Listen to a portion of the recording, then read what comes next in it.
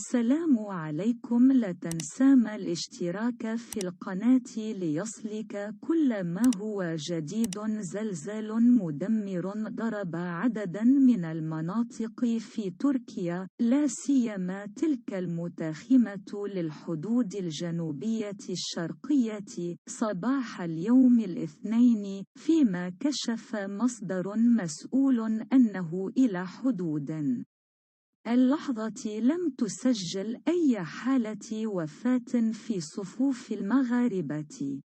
وأورد مسؤول مصلحة الإعلام في سفارة المغرب بتركيا أن تعليمات أعطيت لتشكيل خلية أزمة بعد حادث الزلزال المؤسف الذي ضرب تركيا صباح اليوم، مبرزا أن السلطات التركية تؤكد للمصالح المغربية حتى الآن عدم تسجيل أي حالة وفاة في صفوف المغاربة.